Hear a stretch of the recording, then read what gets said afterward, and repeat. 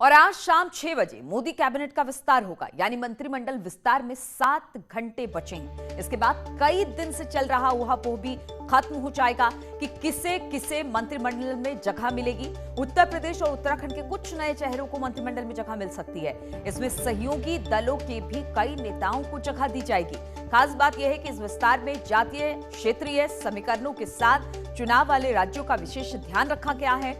मोदी सरकार के दूसरे कार्यकाल में ये पहला विस्तार है। सभी नए मंत्री आज ही शपथ लेंगे।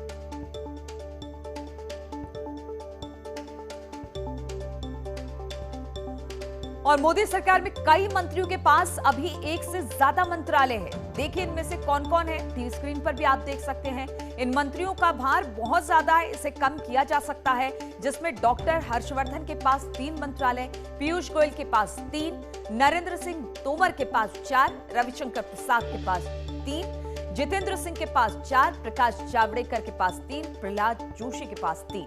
ऐसे में इन मंत्रालयों को यहां इनके हटा के किसी और को दिया जा सकता है, ऐसे भी कयास लगाए जा रहे हैं।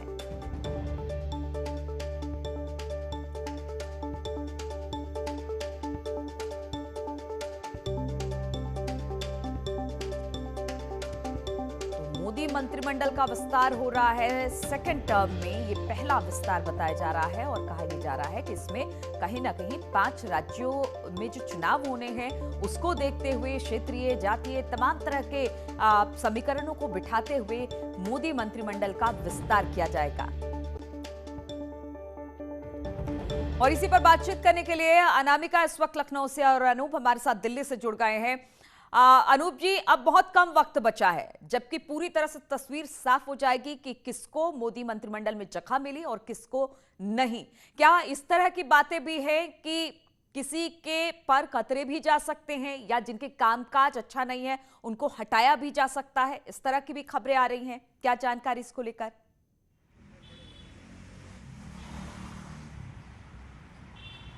देखिए, आपको बता दूं कि 6 बजे मंत्रिमंडल का विस्तार होना है, लेकिन सस्पेंस अभी भी बरकरार है क्योंकि जो संभावित नाम है उनको ये कह के दिल्ली तो ज़रूर बुलाया गया है कि आप आकर आएँ, चर्चा की जाएगी, लेकिन अब तक औपचारिक रूप से उन्हें इस बात के लिए अवगत नहीं कराया गया है कि उन्हें मंत्रिमंडल में शामिल कराया जा रहा है। ना ही किसी जो मंत्री हैं कैबिनेट के, उनको किसी तरह का न्योता भेजा गया है शपथ ग्रहण समारोह को लेकर। यानी सस्पेंस अभी भी है। लेकिन नीलू, जो सूत्र बता रहे हैं उसके मुताबिक 6 बजे मंत्रिमंडल का विस्तार होना है। जहां तक जिस बात का जिक्र आप भी कर रही थी, जाहिर सी बात है कुछ मंत्रियों को हटाया जा सकता है। और कल भी जिस तरह से आपने देखा कि राज्यपाल बनाया गया है थावरचंद गहलोत को, ये अपने आप में बड़ा मायने रखता है। और देखिए, थावरचंद गहलोत का हटना एक अपने आप में बड़ा संकेत है क्योंकि एक दलित चेहरे के तौर पर वो जाने जाते थे। तो ऐसे में इसकी संभावना जताई जा रही है कि एक दलित बड़े नेता को कैबिनेट में शामिल कराया जाएगा। दूसरी बात बता दूं कि प्रधानमंत्री नरेंद्र मोदी इस बात का ज़रूर ख्याल रखेंगे कि आने वाले वक्त में 5 राज्यों में विधानसभा चुनाव है, जिसमें उत्तर प्रदेश और उत्तराखंड का चुनाव जो है बीजेपी के लिहाज से काफ़ी महत्वपूर्ण है। ऐसे में इन राज्यों की नुमाइंदगी जो है वो केंद्रीय मंत्रिमंडल में बढ़ाया जाएगा। और जिस बात का जिक्र हम थावरचंद गहलोत की कर रहे हैं, क्योंकि जब उत्तर प्रदेश का जिक्र होता है तो दलित वोट बैंक और दलित समाज के लोगों को साथ लेकर चलने की बात कही जाती है। तो संभावना ये जताई जा रही है कि एक दलित उत्तर प्रदेश के किसी दलित बड़े नेता को जो है वो इस मोदी मंत्रिमंडल में शामिल कराया जाएगा। लेकिन फिर भी अब इंतज़ार करना होगा जब औपचारिक तौर से सभी नेताओं को फ़ोन चला जाएगा, उनका इन्विटेशन राष्ट्रपति भवन से आ जाएगा। जी अनूप, हमने पहले टर्म में मोदी सरकार में देखा कि 3 बार मंत्रिमंडल में फेरबदल किए गए, वो भी तब जबकि चुनाव होने थे कुछ राज्यों में। ऐसे में एक बार फिर से अगर सेकंड टर्म की बात की जाए, हालांकि पहला विस्तार है लेकिन बड़ा विस्तार है और कहा यह जा रहा है कि इस बार सिर्फ मंत्रियों को ही जगह अलग अलग राज्यों से नहीं दी जाएगी जहां पर चुनाव होने हैं, बल्कि इस तरह के समीकरण भी बिठाने की कोशिश होगी कि जो ब्यूरोक्रेट्स हैं या कोई अलग अलग क्षेत्रों से आते हैं उनको भी तवज्जो और जगह मिल सकती है, खासतौर पे यंग फेसेस को।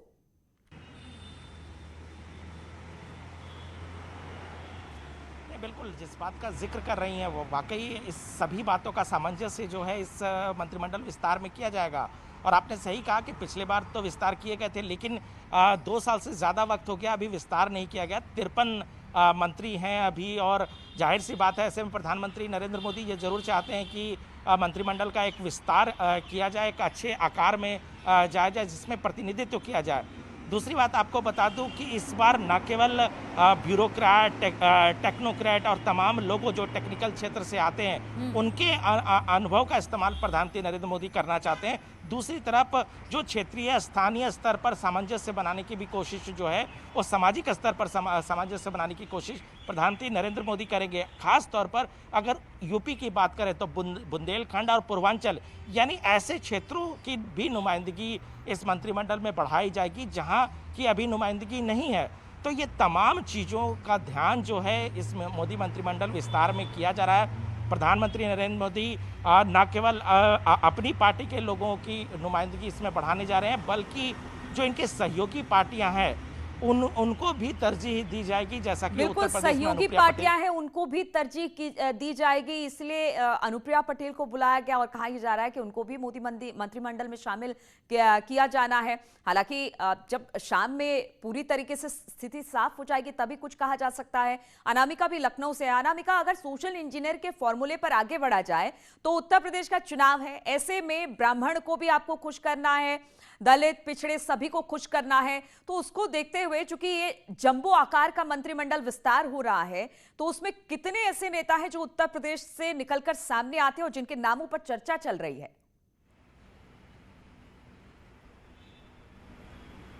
देखिए, ये सवाल अभी मैंने कुछ देर पहले बीजेपी के बड़े नेता से पूछा तो उनका जवाब था ये कि टीम के कप्तान को अधिकार होता है कि वो अपनी टीम किस तरीके से चुन रहा हो, और यही आज शाम को जो तस्वीर दिल्ली से निकलेगी वो देखने को भी मिलेगी। हालांकि इस बीच इस मंत्रिमंडल विस्तार के जरिए बीजेपी एक तीर से 2 निशाने साधने की कोशिश कर रही है।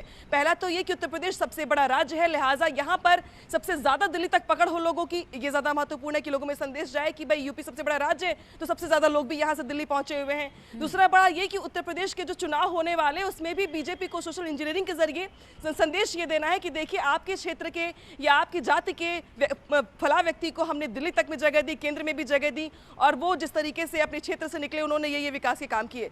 तो ये संदेश न सिर्फ 2022 तक बल्कि 2024 के लोकसभा चुनाव तक के लिए देने का प्रयास किया जाएगा, कम से कम मोदी मंत्रिमंडल के विस्तार के जरिए, क्योंकि 80 सीटें हैं लोकसभा की यहाँ पर, और इसी के जरिए प्रयास होगा कि 2022 के चुनाव के बाद 2024 तक जो नेतृत्व बना रहे यूपी की तरफ से कम मोदी मंत्रिमंडल में, वो बड़ा संदेश दे। अगर उसके पहले 2022 के चुनाव की बात की जाए तो जो सहयोगी दल है उनको साथ के चलना, साथ लेकर चलना बीजेपी के सामने चुनौती भी है और रिस्पॉन्सिबिलिटी भी है। और शायद यही वजह है कि अनुप्रिया पटेल से लेकर के संजय निषाद तक ये जो 2 दल हैं ऐसे जिन्होंने बीजेपी के साथ चुनाव लड़ा था 17 के चुनाव में, उनको ये प्रयास किया जा रहा है कि 22 के चुनाव से पहले भी जो अगर थोड़ी बहुत नाराजगी हो भी तो भी वो दूर की जा सके। और यही वजह है कि चाहे ब्राह्मण चेहरे की बात की जाए, निषाद समाज की बात की जाए, अनुप्रिया पटेल की बात की जाए, तो इनमें से इन नेताओं के पास ऐसी खबरें आ रही है, जो हमारे पास इंफॉर्मेशन आ रही है कि इनमें से तमाम चेहरों को आज मोदी मंत्रिमंडल में स्थान मिल सकता है। हालांकि प्रधानमंत्री मोदी के मन की बात सब नहीं जान सकते हैं। बहुत ऐसा कहा जा रहा है कि बहुत अनप्रेडिक्टेबल है,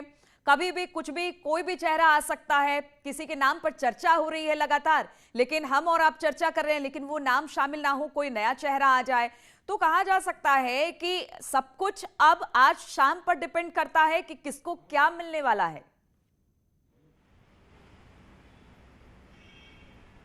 देखिए, बिल्कुल ठीक कहा आपने कि ये अनप्रेडिक्टेबल है। जहां पर मोदी मंत्रिमंडल की बात करें या मोदी के मन की बात करें तो ये बिल्कुल जान पाना बेहद मुश्किल है, और बेहद गंभीर, बेहद संवेदनशील और गोपनीय मंत्रिमंडल विस्तार है जिस तरीके से अगर आप देखें। क्योंकि जो लोग दिल्ली पहुंच भी रहे हैं वो भी अपनी जुबान से कुछ खुल के नहीं कह रहे हैं कि उन्हें बुलाया किस लिए गया है, या उन्हें एकदम कंफर्म पता हो कि हाँ मैं आज शाम को शपथ लेने वाला हूँ। कोई कुछ कहने को तैयार नहीं है। लेकिन इतना जरूर है कि जिस तरीके से हम ये मान के चल रहे हैं कि उत्तर प्रदेश में 2022 के चुनाव हैं, लिहाजा राजनीति यही कहती है और कम से कम सियासत यही कहती है कि आपको उन लोगों को साथ कर लेकर चलना होगा ताकि आप आगामी चुनाव में उस जाति के लोगों को, उस क्षेत्र के लोगों को, मोदी मंत्रिमंडल का सधा हुआ कैबिनेट विस्तार हम भी आज शाम में देखेंगे। अनूप जी, बहुत बहुत शुक्रिया आपका हमारे साथ जुड़ने के लिए। और अनामिका, एक खबर पर और आपसे अपडेट लेना है, इसलिए आप हमारे साथ बने रहिए। और इस वक्त जो खबर आ रही है